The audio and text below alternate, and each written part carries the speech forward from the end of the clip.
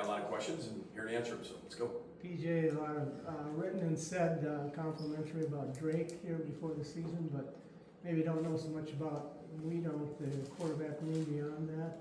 Can you talk a little bit about who might be number 2 right now, and just take us through the room real quickly? Yeah, I mean, when you look at it, I mean, I love being able to, what you saw at the end of practice, the riser period, you know, a lot of our young guys. You're getting Owen a lot of reps there, you're getting Brady a lot of reps there. Those guys are doing a really good job. I think when you look at, you know, the true backup, Max has done a really good job. You know, had a poor throw today, but it's very rare for that to happen with an indecision. Again, you might be wrong, but let's not be indecisive and put the ball in harm's way. But I thought he's had a tremendous camp. Dylan's really bounced back from last year.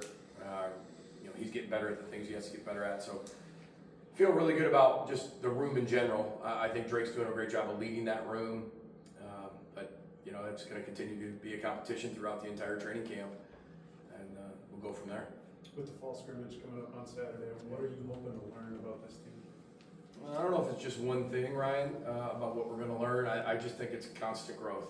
It's putting a lot of guys in a position, like, you know, close to 80% of our team are high school players. So that means that your depth is going to be some young guys as well in certain spots, and they've got to catch up really quickly.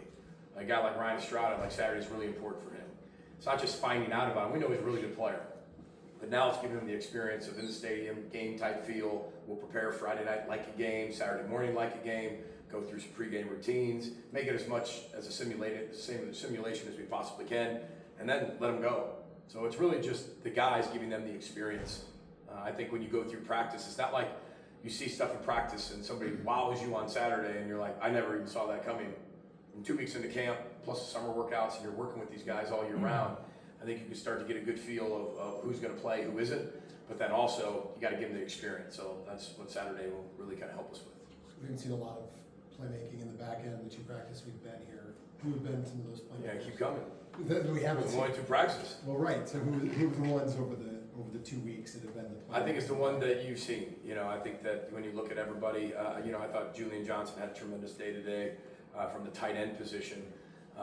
You look at the wide receivers, whether it's Noah, whether it's Jalen, whether it's Javon. You even saw Q make a play, who's a true freshman. He made a huge play for us today. Those guys are helping each other. Steptoe made a big play all the way down the field. I mean, again, we were, you know, Hayden Moore will be back here shortly. You know, he had a tremendous start of camp and, you know, been out for just, you know, a few days, but he'll be back here shortly. But again, it's a deep room where they all want the opportunity, they all want to compete, and they all want to be able to make some plays. And then on the running back room, I mean, you're starting to see guys make plays out in the backfield. So again, that's what you want. You know, Jacob Simpson's had a really good camp too, but I think it all starts with 5. You know, it all starts with Drake. You know, Drake is taking his game to a different level. Ball placement's everything. You saw him throw a go route today. That's a really hard. It looks very easy and very difficult to do. That's a high level of difficulty, and what a ball he put on Noah. So again, he's taking his game to a different level. It's not just was it complete, but where was the ball? Was it an appropriate throw?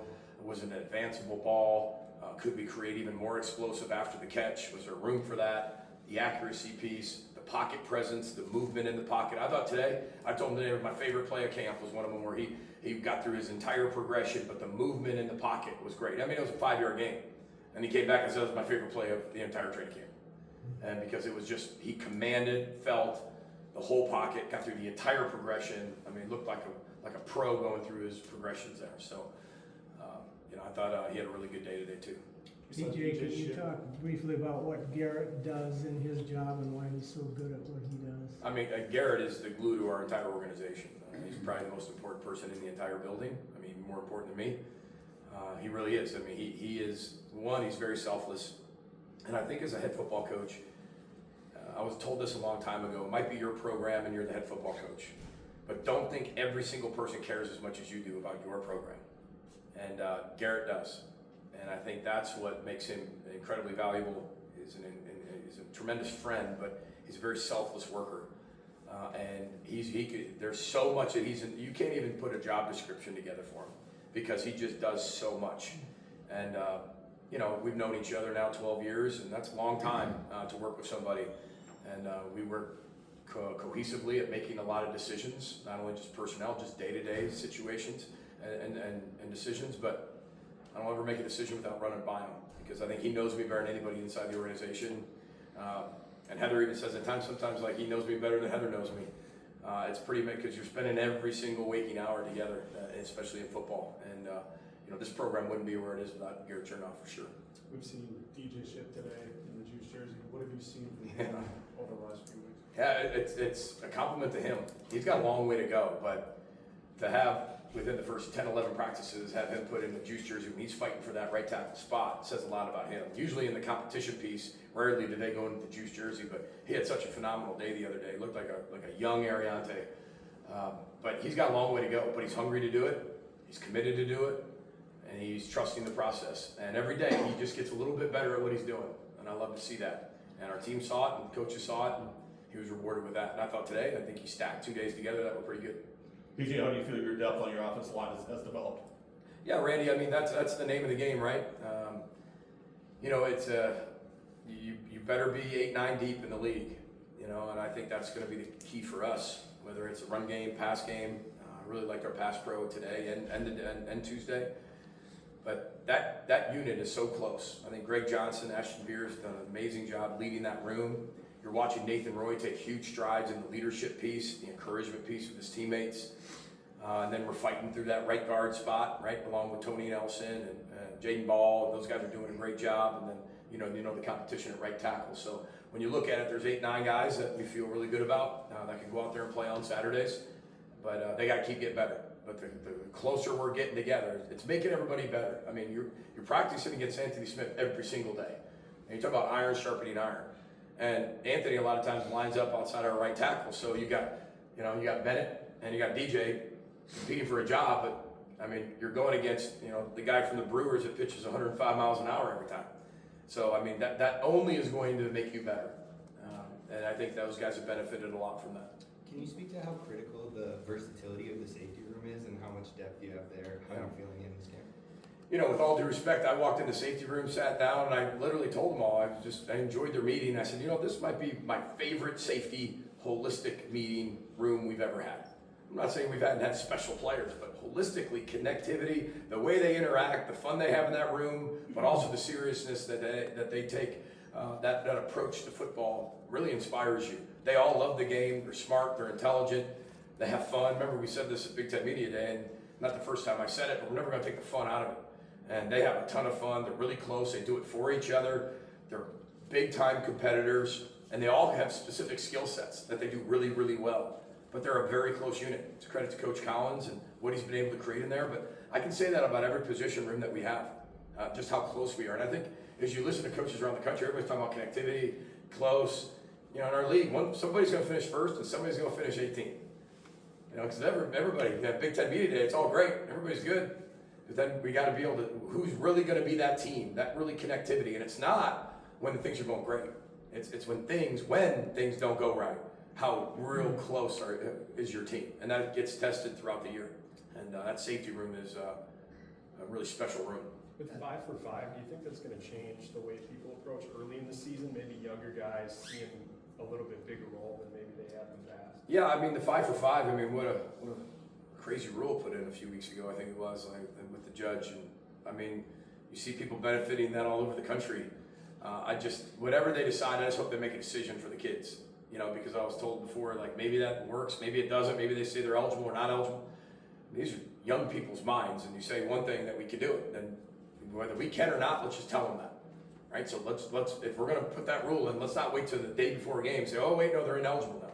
So I love the rule. I think it benefits a lot of guys. We only had one player benefit from that from last year's team that was able to come back. But I know a lot of teams in the country have multiple players coming back. But let's make that decision. Let's make that decision pretty quick, and that way we can keep preparing our team. But you guys know I'm a huge advocate of 5 for 5.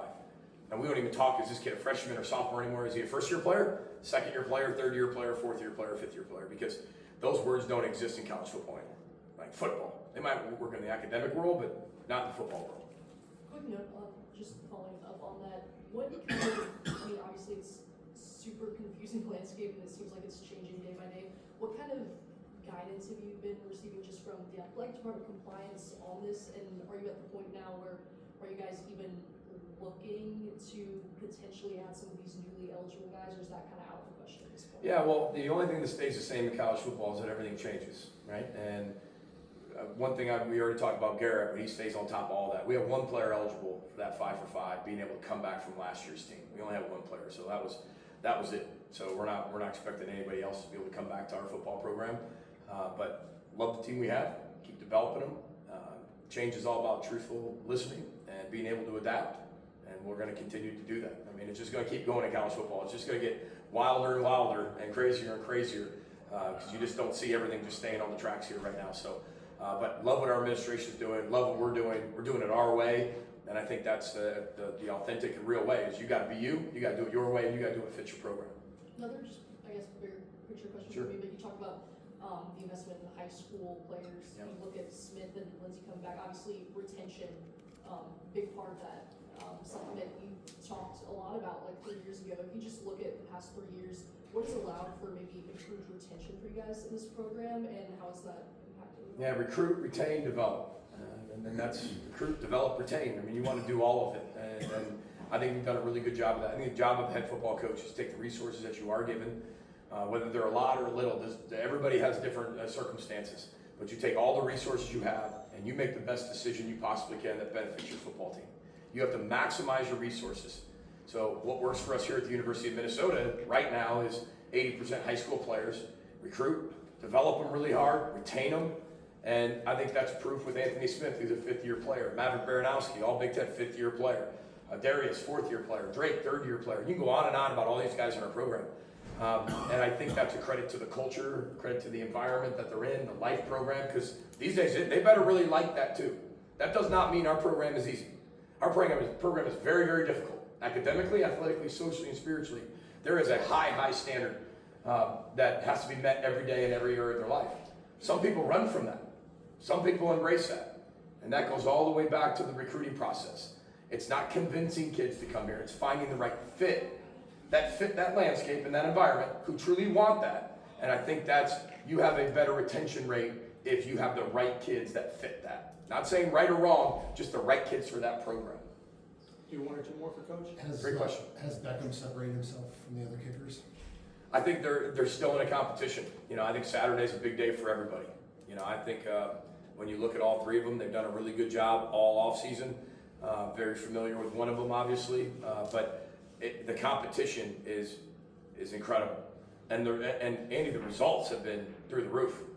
I mean, the margins are so small because they're all performing at a really high level, and it's just amazing what competition can truly do. Competition will bring out the best in you if you are a true competitor, and all 3 of those guys are true competitors, and I'm seeing a lot of their best, and that's really encouraging for that unit. Speaking of place kicking, you mentioned Brady Denaburg is that one player who's back. Yeah. How do you quantify this fall what a successful place kicking game looks like here? Well, I think that you're going to make you want the most out of everybody that you coach. And did they absolutely do their best? Did you put them in really successful positions? But the execution is going to be critical. We're going to be in 1-possession games. And when you look at our field goals under 40 yards, they were pretty good last year.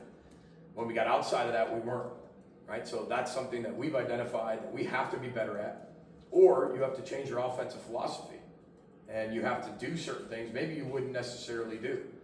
But that doesn't mean that that's not smart. It's just showing you the data that's on there. No matter who was the kicker, right? Going into this year. That's something that I looked at. What could I do better offensively? Maybe created more first downs. Maybe created more short yardage on 4th and 1.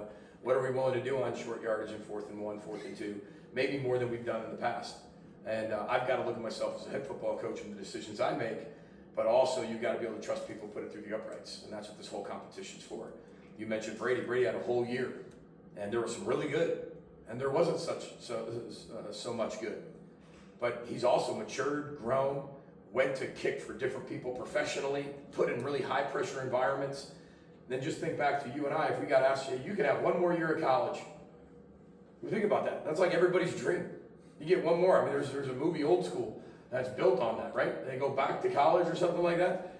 I mean, every single one of you would probably say yes. But think if you took all the lessons you learned and you got to apply that in 1 more year of college, let alone be a student athlete, I think you'd take it. And you could just see a more mature, more disciplined, more confident Brady. And that's what you would expect, unless somebody's just not kicking. I mean, he's kicking for professional teams. He's trying out for all types of people. He's been working on his game all the way since the end of the year.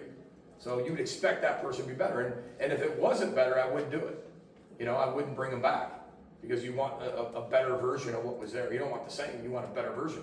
And then that elevates the entire room for the other guys in there too. So look forward to that competition continuing to go on here during training camp.